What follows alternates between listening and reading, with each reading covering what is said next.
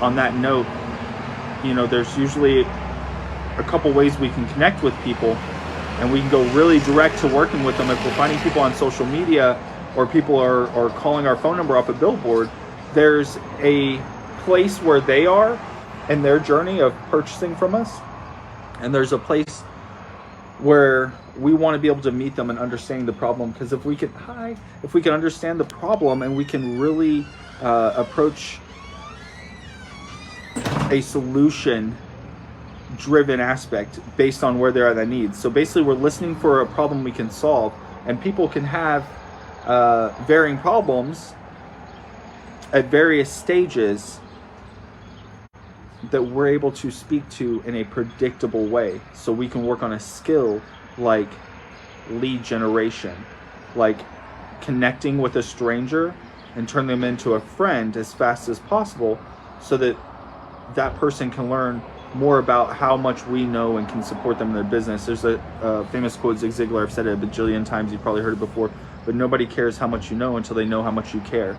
So by listening and actively hearing where somebody is in their process and providing a solution to that problem, being able to do that in a predictable way that's not chaotic for you is my intention here. So we're gonna start with just the 2 methods that will reach out to people. That'll begin tomorrow. We'll know what to say in those 2 methods. From there, as we move through the week, we'll learn those 10 questions we discussed and how to apply those. If you haven't seen the 10 questions, it's what to say above in the guides. But having the ability to apply those 10 questions in your business on a list of people, no matter where they are on the list, and kind of being able to sort those people makes a huge, huge difference. Essentially, people go from total stranger to you either learning about them or asking them to if you can solve a problem for them in their business.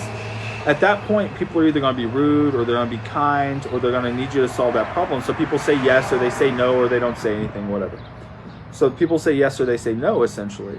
And we didn't know if people have followed up, if they've reviewed the tool, if they've completed the process that we're requesting in order for them to have the transformation or the benefit of working together. So in doing that, I just want to echo that by having a predictable method, knowing exactly where somebody else in that process is, you can expedite how fastly you can solve that problem for somebody without seeming pushy or needy, because those 2 things will kill the energy of a sale, kill the energy of a relationship.